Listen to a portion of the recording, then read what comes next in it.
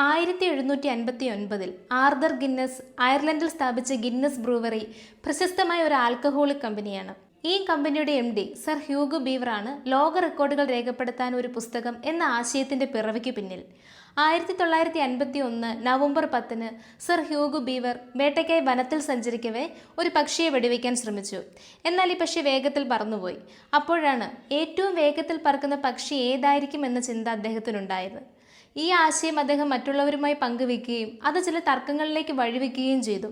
അപ്പോൾ അദ്ദേഹത്തിന് തോന്നി, ലോക റെക്കോർഡുകൾ രേഖപ്പെടുത്തുന്ന ഒരു പുസ്തകം ഉണ്ടായിരുന്നെങ്കിൽ എത്ര നന്നായിരുന്നേനെ എന്ന്. ഈ ആശയം നടപ്പാക്കാൻ ബീവർ ഗിന്നസ് കമ്പനി ജീവനക്കാരനായ ക്രിസ്റ്റഫർ ചാറ്റവയോട് ആവശ്യപ്പെട്ടു.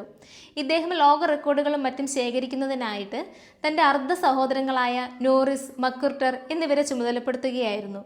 1955 ഓഗസ്റ്റ് 27 ഗിന്നസ് ബുക്ക് ലണ്ടനിൽ ഔദ്യോഗികമായി പുറത്തിറങ്ങുന്നത്.